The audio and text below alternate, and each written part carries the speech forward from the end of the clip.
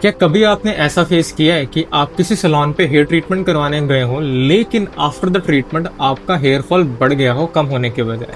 Ideally ये complaint काफ़ी clients की रहती है, बट मोस्टली हम ये उन केसेस में देखते हैं जहाँ पे क्लाइंट को एक सिंपल सी चीज़ के अंदर डिफरेंस नहीं पता होता, that is hair fall, hair loss and breakage.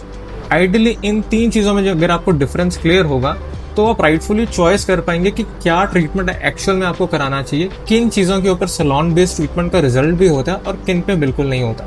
तो लेट्स फर्स्ट टॉक अबाउट सबसे मेजर चीज़ जिसके ऊपर सैलून बेस्ड किसी तरह के भी कोई ट्रीटमेंट का, आप मान लीजिए केराटिन, नैनोप्लास्टी, टनिनोप्लास्टी, किसी तरह का कोई रिजल्ट नहीं होता, which is here fall.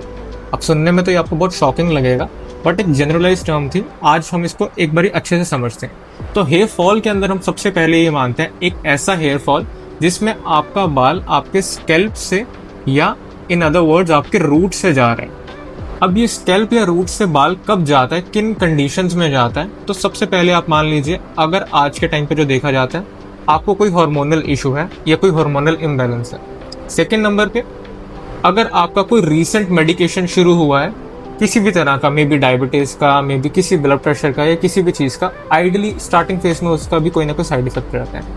Thirdly, अगर आपकी लाइफ में कुछ ऐसा स्ट्रेसफुल हुआ है जिसकी वजह से आपका लाइफस्टाइल बहुत ख़राब हो गया, आप टाइम से सो नहीं पा रहे हैं, आप टाइम से उठ नहीं पा रहे हैं। तो एंड लास्टली आपका डाइट, अगर आपका डाइट ही नहीं अच्छा है जिसमें आपका प्रोटीन एंड मल्टीविटामिन का इंटेक बिल्कुल ही पुअर है, तो उस केस में आपका जो हेयर फॉल है वो स्कैल्प से हो रहा है, बेसिकली रूट से हो रहा है। और इस तरह के हेयर फॉल को कभी भी कोई भी सैलून बेस्ड ट्रीटमेंट क्योर नहीं कर सकता।